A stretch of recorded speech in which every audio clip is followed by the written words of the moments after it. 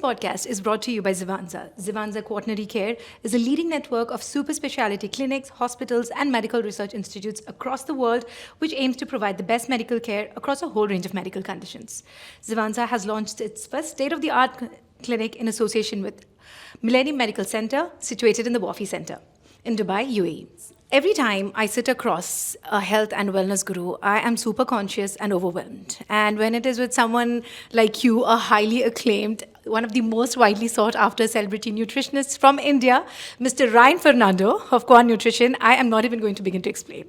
Thank you so much for joining me today, Ryan. It's a pleasure to have you on my podcast. It's wonderful to be here, Tauhee. And you know what? It's not as difficult as people make it sound. Nutrition is very easy. You shouldn't be scared.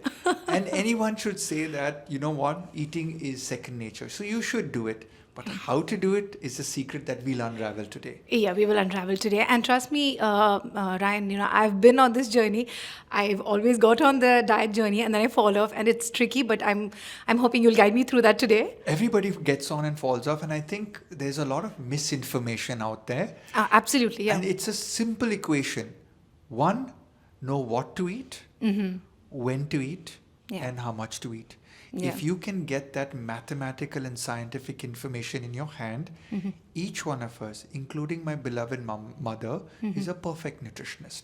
So have no It's fear. all about mindful eating, is it? It is about mindful eating and knowing what to eat and what not to eat. It's actually that. Yeah. So before we begin and before we get more into the details, why don't you briefly tell us about yourself to our listeners so that they know more about you? And because if I were to do that, probably I wouldn't be able to do justice to your achievements and the success that you've achieved. So I'm successful because I have simple logic in telling people what to eat, when to eat, and how to eat. I do not. So I think that is your mantra: how, when, and what. Yes, and I don't. I believe in a bio-individual concept, meaning anyone who comes to me, most nutritionists and dietitians over the years have prescribed one template to everyone. I built a clinic called Qua Nutrition. Qua in Latin means incapacity. Incapacity. That's an interesting name. I wanted to get there later. Yeah. So basically what happens is I came up with this thing with sports athletes that I worked with. And for everyone, I had to tweak and make it based on the individual sport, individual blood test, individual genetic test. And I found out I got medal winning results. Wow. So if I could do that with Olympic level athletes, why not with the normal people? So over the years, I began integrating blood tests, genetic tests, microbiome tests, omega-3 testing, and various other diagnostics to arrive at a fingerprinting. And then I tell Fingerprinting is? fingerprinting as in, you know what, each of us have a unique fingerprint. Yeah, okay. So I do a food fingerprinting and figure out from all of these diagnostics, what would work for you. So it doesn't become a Ryan Fernando diet. And that's what's made me successful. So I've had everyone from Virat Kohli, his wife Anushka Sharma, who's a film star, their kid that was born, how she went through pregnancy, Shikhar Dhawan, Robin Uthappa, Yuvraj, Rohit Sharma, just about the entire Indian women and men cricket team in terms of celebrities. Wow. And from what we call as Bollywood, which is one of the largest film industries in the world, I've done Fardeen Khan's transformation. Right now. Which the transformation that he's had recently? Yeah, so that's that was a tremendous turnover. That's what everyone's asking about. And, Yeah. there's been Manoj Bajpayee that I'm working with right now. And I've worked on Dangal with Amir Khan on a part of his transformational role. Okay. We did his nutrition gene testing for him. Okay. I worked with Abhishek Bachchan. And the Dangal transformation was also one that everyone spoke about. And the reason they came to us was me and my team of over 50 dietitians, we work together. We do very bespoke, independent, in-depth planning of nutrition for a person. And because I have such a vast team, we are specialists in cardiac, cancer, pediatric, sports. Okay. So what I do, my success falls on my team too. Yeah. So let's say, Tauhee, you come to me and you say, you know what, I think I have XYZ problem. Then I attach myself with an extra assistant who's a super specialist in that. And together using my concept of bioindividuality. And I do believe that every person that is good at their profession has an intuition in them. I rely on an angel of intuition. I do genuinely believe when somebody sits across the table with me, in spite of my double master's degrees and so many number of certifications and everything, I still rely on that angel that sits on my head and says, you know what, I think in this case, this is where you join the dots. So bioindividuality, diagnostics, angel sitting on your shoulder guiding you. And above all, I think I'm able to get through to people, to motivate them and get them to figure out that it's not difficult. And yes, you can't do it for maybe like 10 days and expect a result. Yeah, I think that's when, there is a point where you fall off, like you lose interest, right? I think it's when when the withdrawal symptoms happen that you just want to lay off. Tauhee, it's 254 days. The research was done where the 254 days to actually see the results. They say habits are done in 21 days. Yeah. The study was done. It is 21 days for a part of the audience and 254 days for the lazy ones in that audience. Oh, so my God, look at the difference. So everyone lies in that 21 days to 254 days. So whenever somebody signs up with me for a nutrition plan, they're like, could we try you out for 1 month? And I'm like, no, it's 180 days minimum plan. Okay. Or it's a 365 days. And I always tell people that it is 365 days. And they're like, what can you do in 365 days? But why so long? But you have to understand, the last person that taught you, Tauhee, to eat was your mother. And you're taught out of love and culture. Yeah. And love and culture trumps science any day, anytime. Absolutely, yeah. Okay? It trumps any emotion of science and logic and I need to look good versus, oh God, this tastes so good, this feels so good, can I have another one? Yeah. So you need nutritional counseling with a counselor where you're accountable to somebody. Most people after the age of 20 aren't accountable to anyone. So that's where you come in?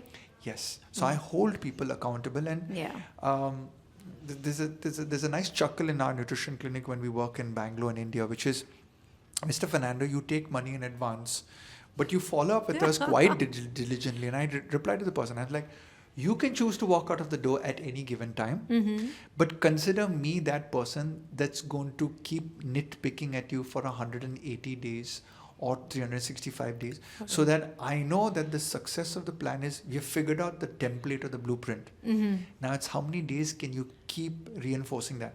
Wow. You need someone to sit on your head, to actually go through that whole plan. And there's another thing, okay? You probably, let's say, have 2 bowls of rice when you eat. Let's take a person. Okay. Now that person wants to eat only half a bowl of rice. Okay. Your stomach takes about 3.5 to 6 months to shrink. From those 2 bowls of rice? Yeah.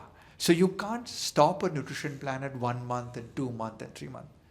Okay? Cells in your human body and intestine change over anywhere from 9 days to 4 months. Your blood cells change every 4 months. Fat cells reside in your body for 8.2 years. So that fat cell just goes down. Right? See, again, like I said, it's so overwhelming. Right? So it's overwhelming. But when I give people these snippets of this is what we need, right? This is what we all need to know. Like as much as we want to run away from all of this and just be healthy and fit regardless of all the nutrition and diets. So you're asking me for help. It's not for 2 months. It's not for 3 months. But I would say, hey, Tauhee, where are you going to be the next decade? And that's 8.2 years of fat cells. So the fat cells that are accumulating and growing right now are going to be there 8 years later. Yeah. What you need to do is arrest all of that development, put under notice the current fat cells in your body with the correct nutrition and exercise and tell them, listen, buddy, 8.2 years, you're out of my body. So then the new cycle comes in. The new cycle comes in. There's a newer you.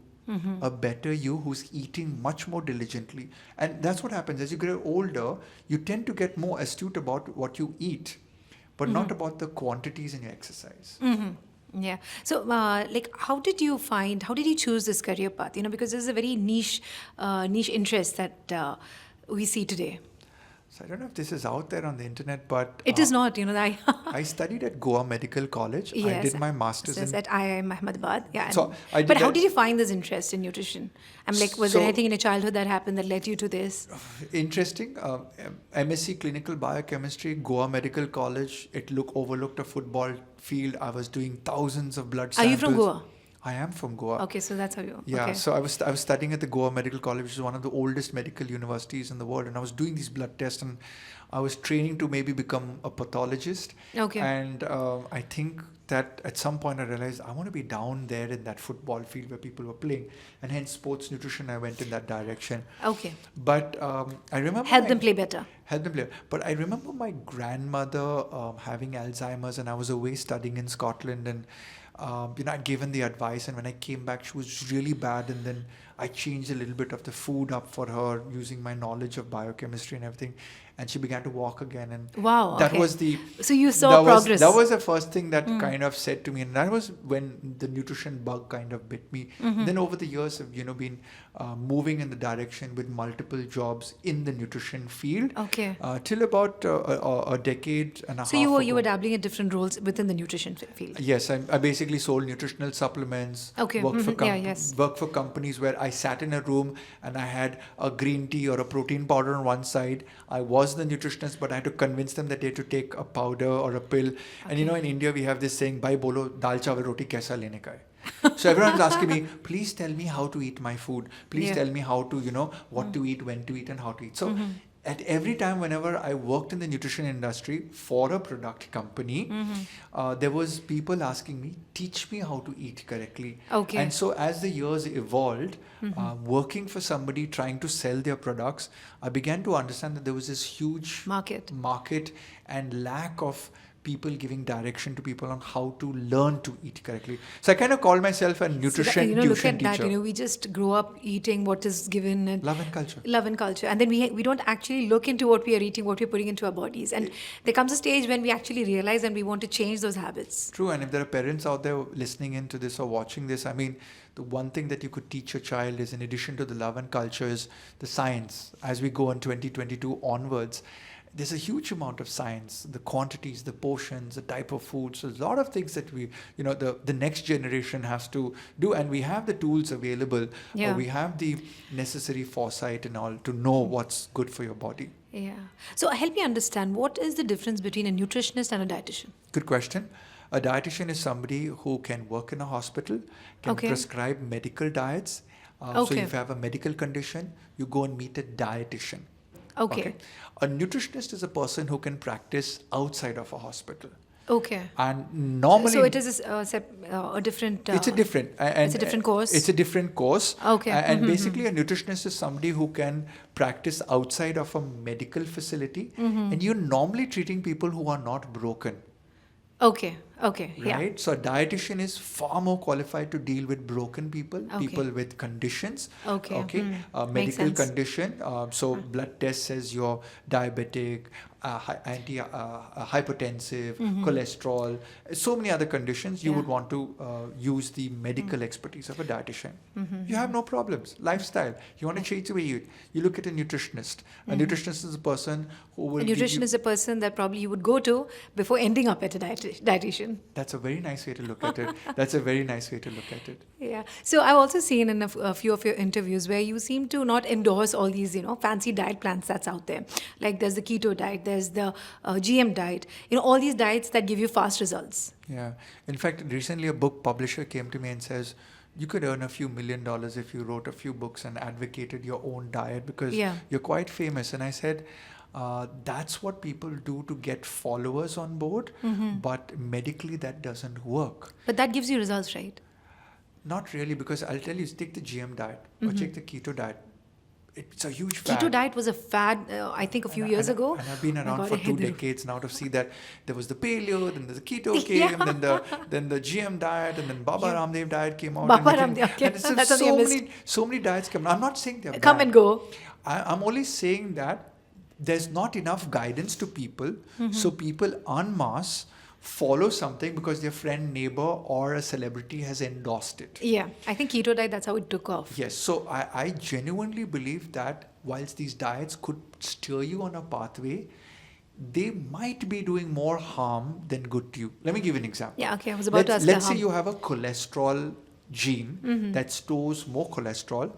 You have a gene that doesn't back up your homocysteine, which makes cholesterol. So you're Homocysteine. Okay. There's a gene that controls homocysteine secretion. Okay. And homocysteine increases with coffee, and you have a bad gene also. So you drink coffee, you have a keto diet, because keto diet, that is coconut oil with coffee. And then suddenly you have this gene that causes homocysteine to attack cholesterol, which makes your plaque, which is the atherosclerosis, more sticky.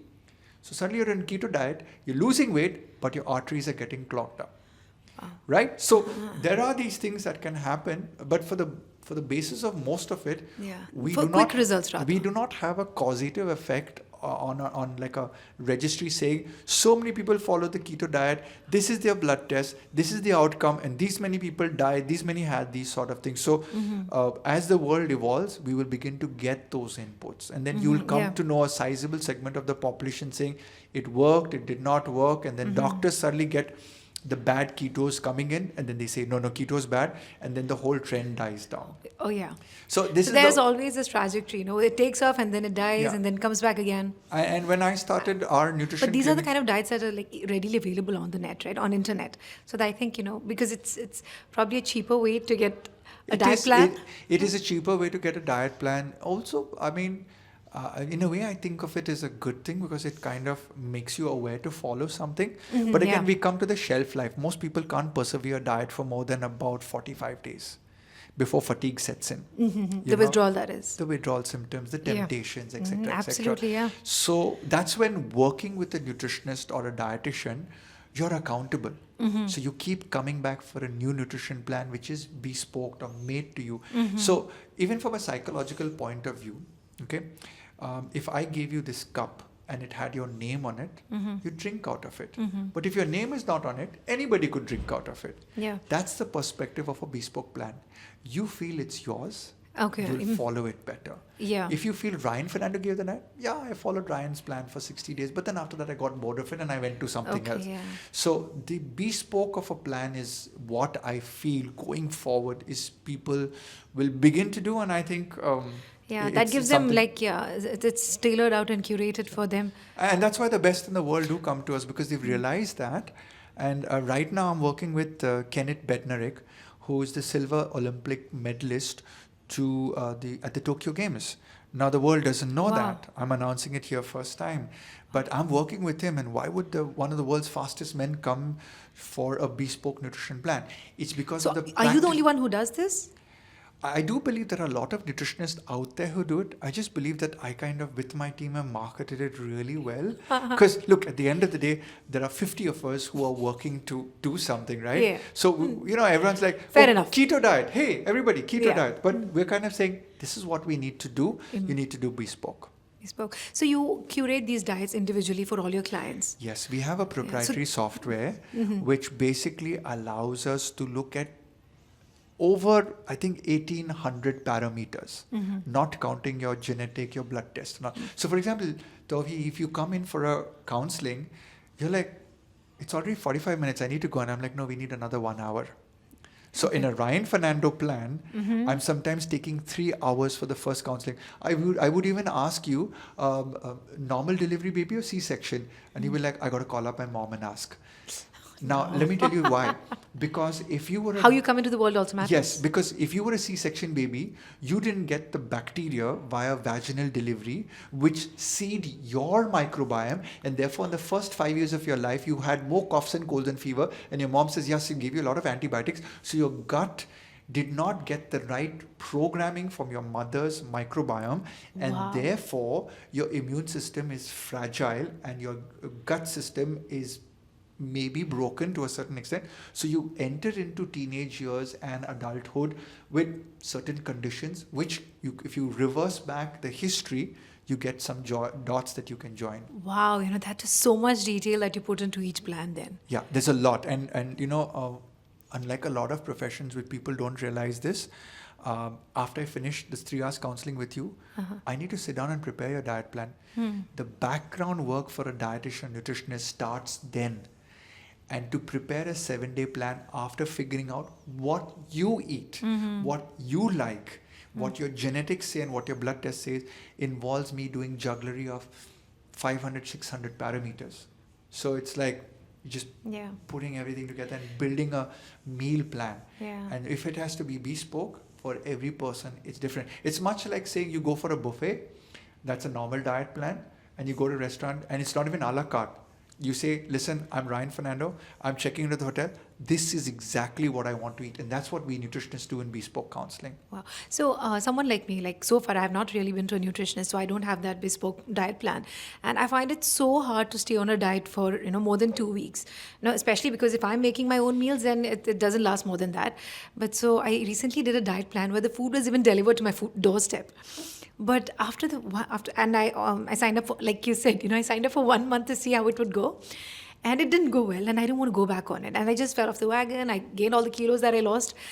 So, like, how does it feel? Like, you make these so much thought out, involved plans, and you have clients that don't, stick onto it and they fall off the wagon. How does that feel as a. So number one is that we've had a myriad of experience. In fact, I started a food Obviously, you must have experienced. Yeah, I started a food clients like startup that, right? called iTiffin. It's one of the world's first iTiffin? iTiffin. iTiffin. It's shut down. It was a model ahead of its time. But we were the e-commerce food delivery health app in 2013. Wow, yeah. That long ago. And Robin Uthappa, the cricketer, was the guy who invested in it. Of course, we were way ahead of our time, and it didn't. Way ahead, because I think that's the way now, right? So what we understood from different things, okay? You make your own plan, or you order from a caterer who'll make it. What we need to do is we need to work with your mom, we need to work with your wife, we need to work with your caterer, we need to work with your chef, we need to work with the outlets that you eat it, and take those and see the convenience, and then marry your food palate preferences and put those together. So convenience, food palate preferences, and the third part is the nutritional correctness. Okay. When you get all of those three synced, you have the perfect diet plan. Okay. You're having a good meal, you're having a wholesome meal. You're having a wholesome meal, which is linked to your Taste buds. memory of your taste buds of what you like. Okay. So if you are born in a certain part of the world, you can't eat a healthy caterer's food from another part of the world for more than 2 weeks, because your taste buds biochemically are not syncing. You're not feeling happiness. You're feeling deprived. So when we've synced all of this together, we've realized the convenience and the worldly domain of your food palate needs to remain. Then you find the people to make that for you, and then I decide how much and what quantity, and then get you on a motivational plan where we're tracking your body fat percentage, your muscle, and then actually defining to you the mathematical goal. If you want to lose weight, if you want to improve your health, the food represents a mathematical model of putting X into your body. Your body processes that, and then you have an output from that. So a lot of times the input and output completely mismatch, and that's where we get the starting problems in the world of human physiology. So then, how do you deal with such clients? There are different characters. There are different characters of clients. Sometimes it's adult to adult conversation. Sometimes it's adult to child conversation that you need to have with people. But you don't give up on them. I don't give up on them, and as long as their plan. For as long as the plan is there. And we do finish plans with a nutrition coaching evaluation. So I point blankly tell a person that, you need to persevere. This is things that you can do. And we identify what behaviors that they were successful at. We motivate them on that in a report. We tell them the areas to work on. And then we give them the option that you need to work. And, it's like, if you go back to school, some of us are good in some subjects. Some of us need tuitions in certain subjects. I do believe that there's a good segment of the population that really doesn't need the help of a nutritionist. If they just figure out what are the ingredients that work for them and that do not work, and then the portion. But there's a huge segment of population that really needs it, because food is more closer to the soul, and therefore to tell them that, give up this or give up that. It's not easy. It's not easy. So they need the motivational support, and that's I think where the nutritionist. So there's a lot of counseling also that goes along, I guess. So that's where the counseling trumps from a nutritionist perspective, whereas dietitians in hospital have to move quicker, faster, and obviously the doctor is so busy and they have to take care of so many patients, and then dietitian can't be sitting there for 3 hours, and you just have a backlog, traffic jam, that you just cannot deal with. And so these are the small things that happen in terms of how. I think you always need that someone guiding you and telling you the benefits of it, right? To keep you on, that diet. So the truth is over here, because we always, like all of us, like if you look at it, they're all layman people like me. We all want to look good. We all want to be healthy. But in this case, more than ideally, we would say the journey is more fun than the destination. True. But in this case, the journey is so bad, you just want to arrive at the destination. As a celebrity nutritionist, there's a story, and there's an insider secret that I want to give people. So I studied at IIM Ahmedabad, which is one of the premier institutes in the world. Absolutely, yeah. And so there's a business part More to me. credibility, yeah. There's a business part to me. And what I've understood is that technology apps, whilst they are amazing at helping people track their foods, track their steps, these exercise wearables and all, they're all amazing devices. The human touch is being lost by all of these startups in terms of generating billions of followers or millions of followers. Absolutely, yeah. And 100%. the success of changing the way a person eats can happen only via love and culture. Now, I can't tell my mom to change the way I eat. She would take offense to that. Okay. So when you try and bring in science, you can't do it with an app because you do it for 5 days. I wore the continuous glucose monitoring device for 14 days. After 14 days, I got irritated as a nutritionist and as a human being, filling up what foods I ate and what foods I did not eat. Yeah. So what I'm saying to you is that human bonding, human communication, One-on-one connection. One-on-one. And I genuinely believe this. And we run one of the largest nutrition clinics in the world. We have 50 of the best dietitians. I think we have a larger team right now. But these are some of the best in the world. And any dietitian or nutritionist out there is actually worth his or her weight in gold, because they're the people that are going to hopefully work with a person. And you can't do one meeting. I mean, take for example, which friend have you ever made meeting them only once? Yeah, Right? every relationship takes effort on it. So the relationship with food, the intermediary is a person that can change that relationship for you. It's either you and you're very powerful, or Yeah. you need help. And Yeah. help will come from a person who would listen to you and understand you. So I think counseling, as you rightly put it, is a huge component to the success of a person changing the way they eat. So you worked with regular people, and then you've also worked with a lot of these celebrities. So, and like you said, Amir Khan on Dangal, that transformation is something that everybody was in awe of. Fardeen Khan again, oh my God, Abhishek Bachchan, all the superstar cricketers, like celebrity status in India, right? So how is it working with these guys? Like, Oh, they're amazing people. And there's one thing. they may be easier for you to work with, right? Rather than having all this conversation, because they are doing something for the national level. Absolutely right, Tauhee, because both film stars and These sports sports people are driven. Yeah. So if I take a normal person, And they have so many people watching them for it. yes, you're driven. Why? Because in India we have this saying, "Izzat ka sawal," Yeah. right? So it's very, very important. Like, so imagine if I turned up on your show and I was obese. Nobody would follow an Yeah. obese nutritionist. So it's kind of the calling of your profession. Like airlines, pilots, it's supposed to be the To right look your job, right? To look your job. profession. So I think with the sports stars, it's yes, I need a result. I know what sacrifice I need to do. With film stars, you're paid so many $1 million for a role. You got to look good, feel good, stuff like that. And over a period of time, they understand that if I don't do this, I'm going to drop out. Now with people who are normal, you're not risking much or losing much.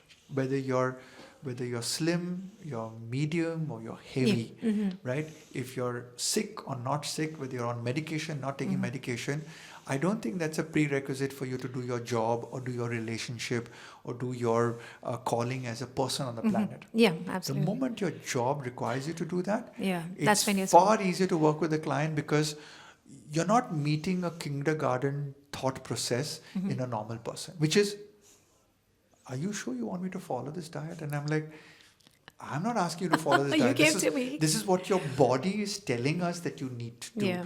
Right? So those are the differences between normal people where there's no motivation from But do you have these counseling one-on-one sessions with the celebrities to motivate them? Not as much.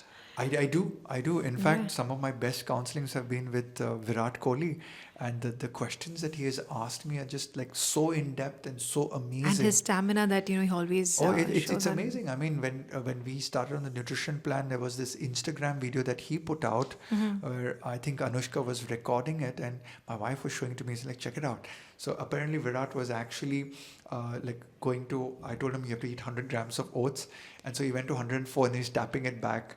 And so it's like, we all know how much he likes 100. And I think dedication was there, and just an absolute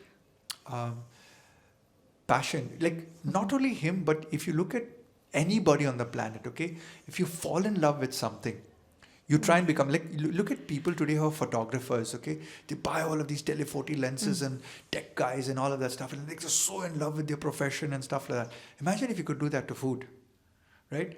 That's what these celebrities do. Yeah. They're like, you know what? This food is important. Let me learn more about it. And they sometimes actually know more than you. So I have actually learned from some of my celebrity clients. Like I remember Fardeen Khan introduced me to half a dozen fat promotion doctors in the world on the ketogenic diet and stuff like that. Okay? So he's gone around till he came to you finally. So he's gone around, he's done his research, he reads like nobody's business. Wow. So if Fardeen's listening in, dude, you're an honorary nutritionist in your own right, and you know the rest of Bollywood could actually go to him for advice. But yeah, I think he took a while to come back into shape, right? See, everyone has their journeys. Absolutely. And everyone has their trials and tribulations. Everyone has their ups and downs, on season, off season. But I think he's done an amazing job, right? We all have to agree. The one take that I have from 99.99% of all the celebrities that I work with, they know what they want. They're humble about it. And they respect you a lot. So I've never had issues. Probably they hand themselves into you. And I think that's where the starting process happens with the normal people. They come to my counseling with their arms crossed. And you see that. And I see that. But the celebrities come in with that, you know what, dude, let's get this done. Yeah. So those are the two The normal minds. people come in like a little defensive. Okay, let's see what you're going to do for us. Exactly. And I think that's where... I see myself. Yeah. And that's where I tell people that it's not I who want to change you, but it's you who want to change yourself. Exactly. That's when the whole change process happens at all. Correct. Yeah. So this kind of, okay, I got to build a relationship with a normal person, whereas with a celebrity, he knows, look, dude, I know what you've done. The job is probably easier. It's far easier. Far easier. And with children, it's even easier. With children, it's I easier. work with a lot of children. In fact, there's a joke in the clinic that Ryan has a Tatkal system. Tatkal system is like, you know, it takes, my calendar is booked out about 8 weeks in advance. Wow. So, like if my wife wants to go on a date with me, she books an appointment in the calendar. So, but if a kid comes on board, my secretary knows Ryan will, if there's an immediate cancellation, somebody doesn't turn up for the appointment, she'll be like telling a parent, be ready. We could do a Zoom call. We might have 1 or 2 cancellations in the next 3 days. And so I'm happy to bump up children. Why? Children are malleable. They listen. They're open. They don't come in with folded arms. And above all, when you speak to them the truth, saying that this is good for you and this is bad for you, they're not working on the principle of temptation. They're working on the principle was, oh, this makes sense. I want to do this. Yeah, that's true. I see that with my daughter as well. And adult imprinting has already happened in most of my adult clients. So we're kind of having to unlearn what you've wrongly learned. Yeah. Whereas with children... That's a whole process there. Yes, that's a whole process over there. So there's a lot of psychological baggage that comes with people. And it's far more difficult. And in the genders, with women and men, with women it's much more complex because women come in with a communication requirement. I need to discuss it. I need to unravel it. I need to unwrap it. I've got all of these emotions involved in it. So it's more emotional than logical. Whereas with men, it's a little easier because, okay, you want me to do this? Yes, no, okay, get it done. It's very straightforward. It's very straightforward and logical. So there are different hats I got to wear with... depending on the client. With a female marathon runner, with celebrity female, with a celebrity male. And at the end of the day, it's like... I always ask my team to give me a little bit of background before I walk into the room. So I understand. I always enter the room with a deep breath, you know. Okay, Ryan, Fernando. So what am I in for today? What am I in for today, you know? And what are the next 3 hours going to be like? But that's what it's like. And I do believe there are a lot of good nutritionists out there. There are a lot of good dietitians out there. And I believe that, you know, you should not be doing your diet or nutrition plan with your trainer or your doctor. Doctors and medical colleges do not study nutrition. And trust me, both my in-laws... You're breaking stereotypes now. Both my in-laws are doctors. I love my father-in-law and mother-in-law. But you don't necessarily agree to their diet. No, they know nothing about diet. Because when we have a breakfast table discussion, I unravel so many mistruths that they have learned off the internet because nutrition science is not taught to doctors. Yeah. It's not. I studied in Goa Medical College. There was just 6 subjects in biochemistry and nutrition relation matter. So you Google up, ask any doctor, and they will say, yes, we did not study nutrition. The dietitians and nutritionists study up to 5 to 7 years of nutrition in college. So I always tell people, Wow, 5 to 6 years. yeah, I always tell people, don't look for a certified dietitian or certified nutrition. Look for a qualified dietitian or a qualified nutrition. What is the difference between certified qualification? Means you go to college and study it. Okay. Certification means I pay $30 and get a certificate. So there are a lot of certified experts out there. Okay. Be wary of that. Okay, so you talk so much about nutrition, right? So where do you think exercise falls in? Like, do they go hand in hand? Oh, they definitely go. Or do you think, just following a proper nutrition plan can get you to your goals? Or like only exercising and not following a nutrition plan can get you to your goals? So- if that works, that's the perfect... Because I work with people like the celebrity athletes, right? Yeah. So I know Athletes, I know how important is the dedication and mathematical perfection to training, right? And then Let's talk about like regular people like me. Yeah, so do we have to always do both, or can like one of it get us to our destination? I genuinely believe that if you focus on food, the weightage to the response in your body is higher, and that's why they say 70% diet, 30% exercise. Okay. And you can't out-train a bad diet. You can't. can't out-train a bad diet. You just can't. You look at some of the world's fittest people, models, celebrities, everybody. Yes. You can see them. I'm staying at the Atlantis, and when I look at, I know who's a celebrity based on what they're putting in. I was today in Dubai Mall, and I was walking past this guy, handsome-looking guy, very good build, and I just looked in his plate, and I saw broccoli, I saw chicken, and everybody else is fast food around there, and so that's just a fast food culture in Dubai. You cannot escape it. But this guy was sitting in that area. He's very conscious then, yeah. So what I want to say over here is that if it's exercise, you got to move. We are all desk jockeys today, so we are not moving. So, Tauhee, if I'm sitting in my clinic, I get 900 steps a day because I'm sitting the whole day. I know. So I love Zoom We're counseling. so wasted, yeah. I love Zoom. The pandemic has made me do Zoom. So Zoom, I have a standing desk. So I'm animated and I'm talking. It's like even this. That gives you some movement, right? Yeah, even in this podcast, only my hands are moving. So Yeah. you can't outrun a bad diet, but you can't also over-exercise a good diet. So there's a moderation. So the moderation is about a 1 hour of workout. Women have to strength train twice a week. Men should strength train 3 times a week.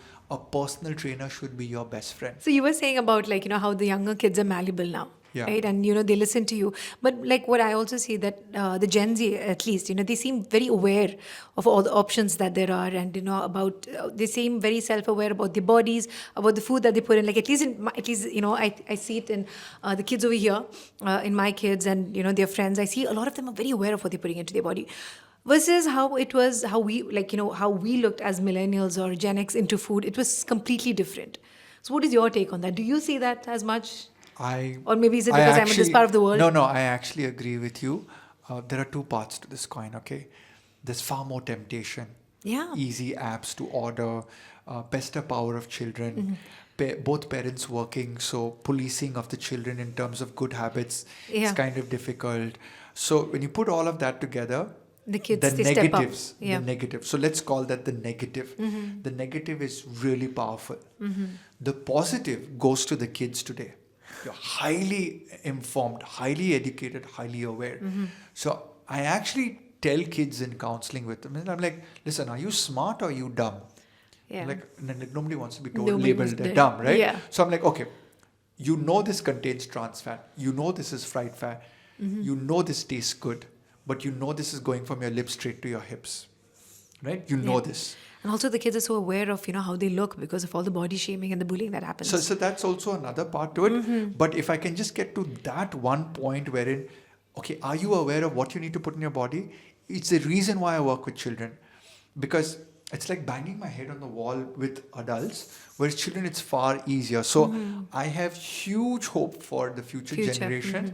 I'm just worried about the negative, which is the way food is advertised and pushed. And, exactly.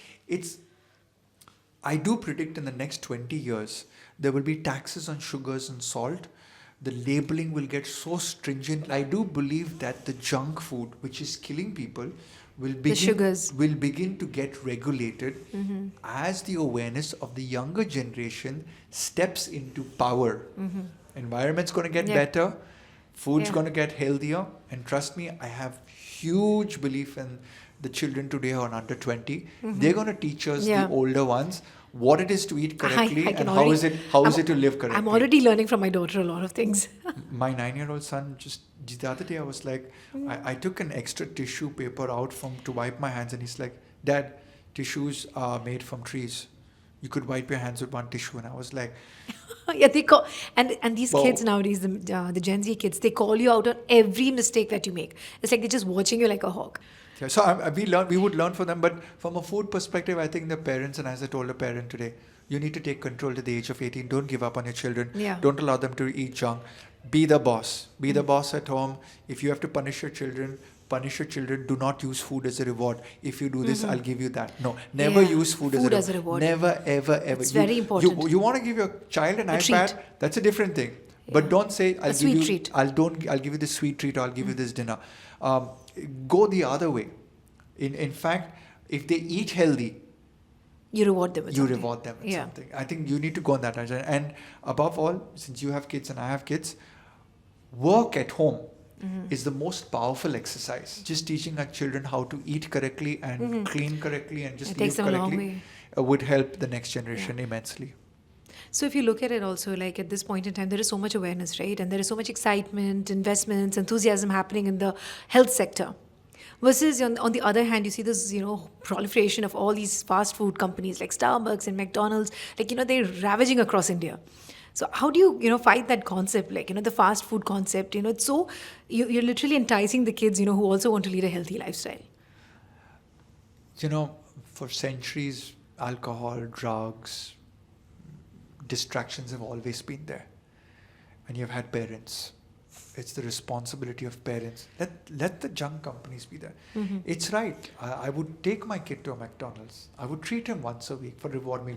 Because for the 6 other days in the week, into 3 meals, plus the 2 meals on a Sunday, he eats correctly. So 1 meal in a week, reward meal, could be a junk food. So I think it's the parents that need to control. Is it the responsibility of government? Government should help in regulation. Regulation, absolutely, Right? yeah. So I think over a period of time, with the awareness of people, reduction in you consuming that product, parents exerting self-control, with yeah. teaching the children self-control. Yeah. You've got to lead by example. And I have seen families where parents take their children out cycling on Saturday, Sunday, exercising. Yeah. I take my son to the gym. He just sits over there and watches me work out, and that would be infectious behavior learning for him. So by the time he's 14, 15, he thinks about going to a gym rather than going to a discotheque. So at what age exactly do you think we should introduce our kids to the healthy lifestyle? So, the healthy lifestyle starts in the mother's womb. I actually did... So that's again on the mom. Yeah, it's absolutely on the mom. I always tell people, don't have an accidental pregnancy. Have the father eat correctly and the mother eat correctly around 6 months before you say, okay, let's start trying for a baby, because the DNA imprinting is based on how your food is working on your body. So I do a lot of pre-pregnancy cases. Anushka Sharma, so there's a lot of people who come Oh to my me God, I cannot before even imagine. before even the in-laws and parents know about the pregnancy. I know about it because we've already started a program 6 months prior. So the right age is to start in the womb. Like I do an omega-3 testing.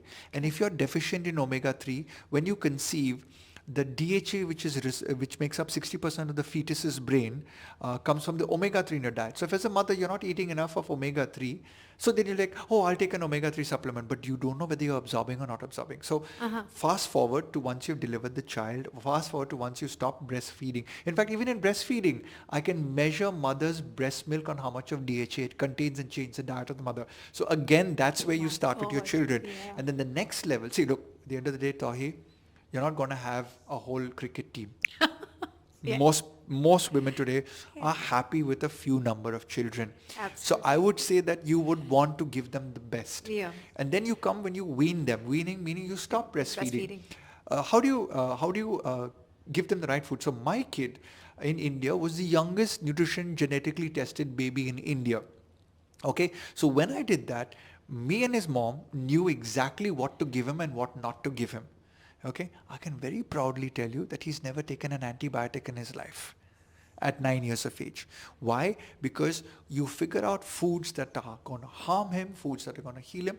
Yeah, it's kind of irritating for him because he's like, my father is this YouTube nutritionist who tells me I can't have cake at your birthday party, and that's his statement. So do you think are you holding him back from enjoying the little joys of life? I think we define joys of life from a food perspective as being placed as per your priorities. Whereas I know my kid's going to be over 6'6" tall. He's already very smart, touch wood, and nutrition is driving him to a better food choice, which means when he parties tomorrow, when he's 16 years of age, he's not getting sloshed or drunk because he knows the demerits of alcohol. He knows how to eat better. And wherever he goes in the world, I'm more worried about him getting exposed to pollution than choosing the wrong food. So look at it from that perspective. Yeah, he kind of misses out on it, but I'm kind of dad who calls up the host and says, hey, listen, my kid's gluten allergic. I'm sending a gluten-free cake along with your kid's birthday cake because I don't want him to miss out on the cake at the party. So is he really gluten allergic? So what's happened is because we have noticed that we were giving him bread and cake and everything, he started getting blocked noses at night. And then we went on a holiday and we decided to do gluten-free for 10 days, and he slept clearly. He got up every morning saying, Papa, I'm happy, Papa, I'm happy, Papa, I'm happy. And then put 2 plus together. When we went back to Bangalore, he started eating bread and everything, French toast and all again. And So he started getting the before block. you doing the This was all, I knew it. Yeah, but you I knew it was coming, I wanted to be the father that allowed him to eat these things. And like when he grows up later, I'll explain it to him. And so I won't avoid gluten. But then by default, when we found I was able to join the dots, I was like, you know what? He's better off sleeping deeper. So I'll give you a simple example. When he takes gluten, he doesn't sleep well. When he goes to school, his teacher says he's distracted and is belligerent and doesn't interact with children. But when he sleeps well, he's an angel.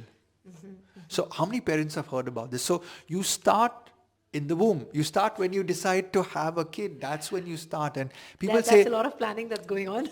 That has to go into having a baby. You know, when we buy a house, you know how much planning goes into that? Absolutely. Going through that phase now. Having a child is building a new real estate, right? It's your real estate. It's your mother's and your father's genes coming together. Mothers buy the most expensive prams and fathers are buying the most expensive clothing and then blah, blah, blah. And I'm like, dude, you didn't take care of your nutrition when you decided to have a kid. And there are a lot of children, Down syndromes, autism, attention deficit, hyperactive disorder. In my lifetime. But do you think that is because of all these... In my lifetime, I believe that they will be able to join the dots. And when they do that, there will be a lot of predictive testing that parents can do before they even conceive a kid. So isn't that because of genetics if it's somewhere in Absolutely. the family? Yeah, so but can you control that with nutrition? It's called the science of epigenetics, and that's a whole nother podcast that we can talk about. But know this. What you put into your body makes who you are. Absolutely. Find the best foods in the world. Find the foods that make your body sing. Eliminate the foods that harm you. And watch how your physiology over a 1-year period begin to change. You know, we understand so much about nutrition and, you know, we are trying to put out that message. But at the same time, you know, if you look at it now, there is this whole other group of people who advocate self-love, who talk about loving yourself and praising your body as it is, you know, eat what you want, live the life that you want to, right? And so what is your response to that? Because you and all of us, a lot of us believe in, you know, living healthily. And it's just that we struggle with it.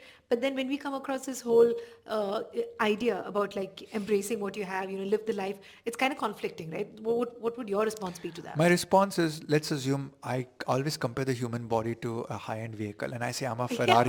I'm a Ferrari. But, you know, why don't you go and enjoy yourself in the desert and off-road it and, you know, do these cartwheels with your vehicle and damage it and bring it back. So that's an extreme way of looking at it.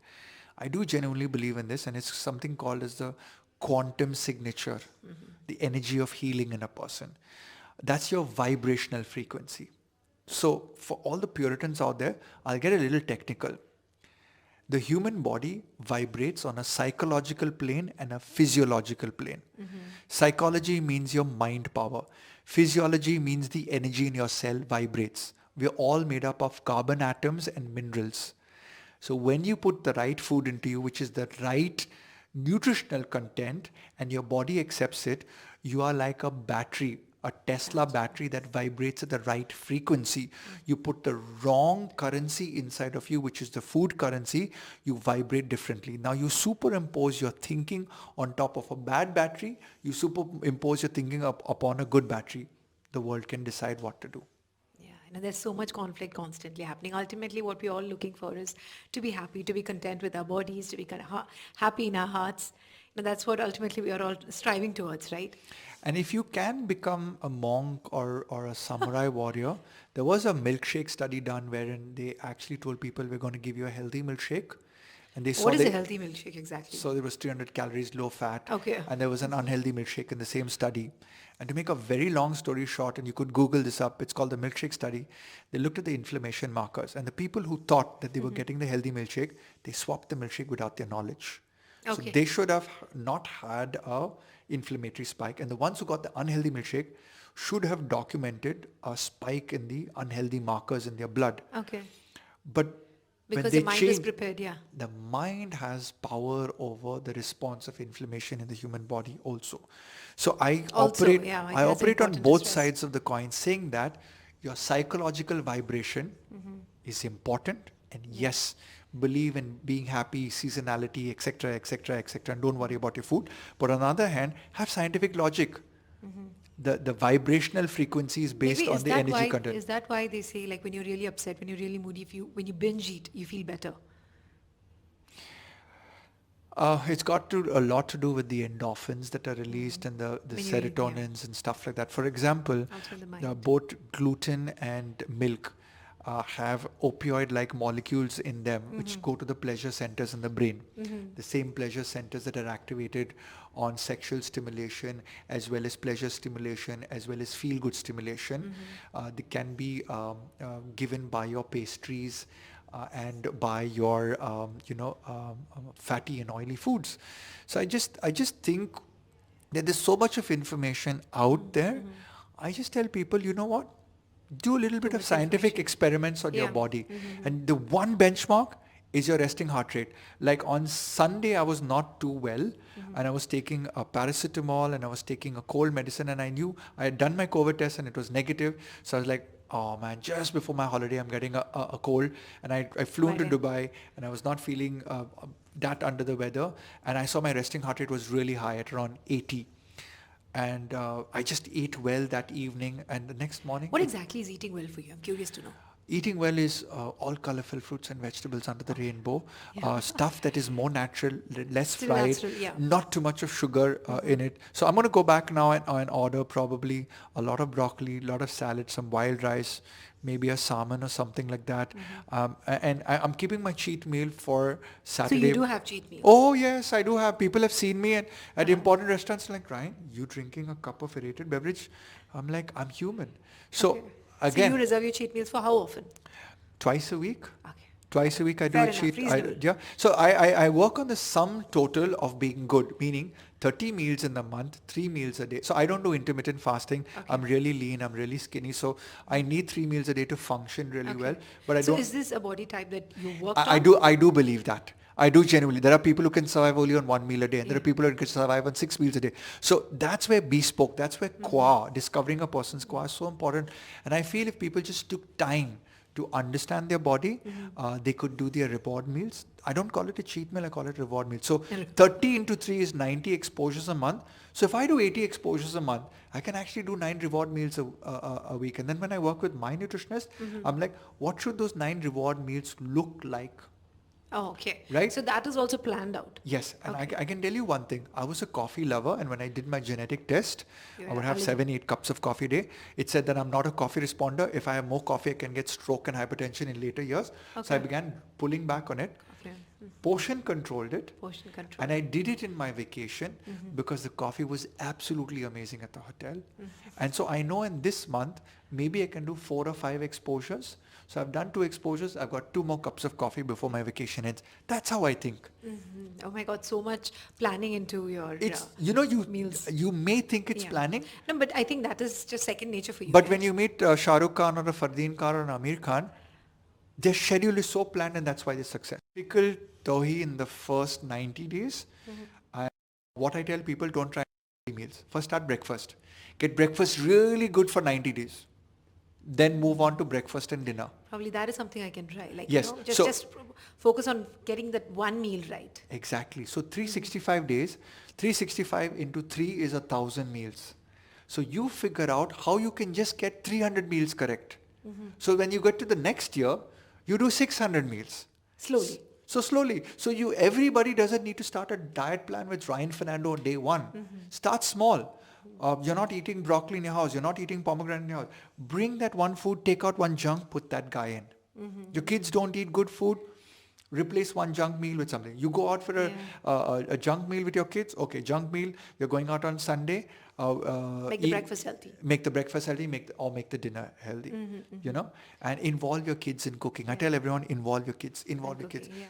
You can retrain the whole thing. So we have been trained to go towards unhealthy food because that's what the food industry wants The for Gen you. X and the millennials.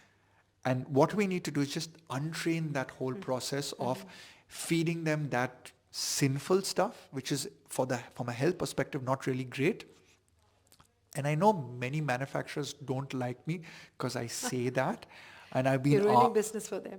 I think it's more their responsibility to start bringing out healthier foods. And there are a lot of companies that are doing it, but at the same time, there are a lot of companies that are misleading people. So you get packets which kind of say 2 grams of fat, but it's got 35 grams of sugar, right? So I think my job is to educate people in getting smarter. So everyone, this first part, get smarter in understanding nutrition. Second, do small replacements in the week. You eat 3 into 7 days a week, 21 meals. Try and make 10 of those meals healthy. Walk 15,000 steps. Yeah, 50. So you said 15,000 steps to lose weight and 10,000 steps to maintain. Weight. And 10,000 steps is quite difficult. It's about 10 kilometers a day. But for those of you, you can park your car further away. I know it's a summer season right now here in Dubai, but just you have beautiful parks. Make it up on the weekend. Take your kids and walk. The Dubai Mall is so amazing. I was You have so many options to walk indoors. you know what I noticed in Dubai Mall? Yeah. Every woman was wearing sneakers. And I looked at it and my wife said like, yeah, we're not that dumb. You know what? Women know that they have to walk off here, so they're going to wear sneakers. And I could just Dubai see, Mall is a crazy place. There's no way you can walk I in could heels. just see that, you could create a treasure hunt in Dubai Mall and reward people to walk and show their counters and say, okay, if you've done 10,000 steps, you get a 5% discount. If you do 20,000 steps, you get 10% discount. And it's like, it could be an amazing idea just to get people to shop and walk and, In buy. Dubai Mall. Yeah, it's amazing. So do you have any quick happy foods, any foods that trigger happiness? So I know that saffron and chamomile. Chamomile tea. So I give all my lady clients who get into depression or get into anxiety in the evening, wind down after you've taken care of your family, Tauhee, is saffron, 1 or 2 strands, and chamomile tea, boil it. Your me time, have that every day. Research has shown that kind of Calms you down. Calms you down and stuff like that. Green tea calms people down. Theanine is an amino acid found in green tea that calms you down. Before I let you go, I have to ask you, there are so many nutritionists across India, but what is it that differentiates you as Ryan Fernando, a brand? The number one thing that I do is I use science. So there is a certain logic. I've invested a lot in a software to bring together all of these parameters because of the understanding that there is a mathematical superiority to giving a nutrition plan to a person, to making it bespoke. So when I do that, bespoke plans. the bespoke with the integration of genetic, microbiome and all of that stuff. And the proof is not in the pudding, but the proof is in the number of celebrities that are willing to pay good money for what they believe is the correct nutritional blueprint to getting them to the next level. So for me, it's this bespoke, customized nutrition plan. And I believe in surrounding myself with some of the best talent on the planet. So my team of dietitians are one of the highest paid in the world, and I Wow. personally select all of them. I've actually founded a website called institutenutrition.com, where we put out courses because everyone wants to come and train with me, learn for 1 week and leave. Whereas I want to work with people. So I have some of my dietitians who are actually my business partners. So when you have a set of people that are truly motivated to changing, so I don't feel we're in a And job. aligned with your thoughts as well. And aligned with the thoughts of Qua. Cool. I don't own it. So my team today is self-driven, self-running, and it's a principle saying that we're not in a job. Somebody's paying us money to heal their life. And that's the whole perspective. So for me, I get up every morning saying, who am I going to help today on their nutrition? Who am I going to heal today? Getting paid by them is just a byproduct, of the net worth of content that we're giving to people. Perfect. And we're so happy at Zivanza that you're launching here. It's going to be amazing to have your experience and expertise in this beautiful part of the world. And this is, I think, the best place to start your international launch because, it's an intersection of so many countries and cultures. I absolutely love this place. In the last 5 days, I've fallen in love with the people. Everybody who comes to Dubai. With the people, the cultures, the religions, the races, the dynamism of food. I realized I'm starting in kindergarten in Dubai from a nutrition perspective because of the different types of foods available. Yeah. And I was like, you know what? You get the best of everything in Dubai. And the cherry tomatoes are so amazing over here. Dubai, I'm coming back. And we have a leader that actually promotes health and wellness every year. So, and I think this is the perfect place for you to launch. That is the perfect recipe that when the leader is no also inclined to population do. can succeed if your leader is not a visionary. Yeah. And what you just mentioned to me, I'm getting goosebumps right now to know that the Sheikh Hamdan, this is for you. Yeah, so I mean, I'm getting goosebumps thinking about this because, you want people, leaders to lead people and leader by the best leaders. we can build the best buildings, we can build the best theme parks, everything. We can get the best people to come here. But if people are not healthy, the vibration of that place is not going to get to the next level. And I just believe that this is going to be the center of the world in terms of a health revolution. Absolutely. Thank you so much, Ryan, Fernando, for your time today. It was amazing talking to you and all the free counseling that we get on the podcast today. I would love to do this again, and just let me know when we have to do this again, because you know what, at the end of the day, this is not a job. This is a calling. My job is to change the way people think about eating. Thank you so much. Thank you so much, and definitely coming back to you for more. Thank you for having me, Tauhee. Thank you.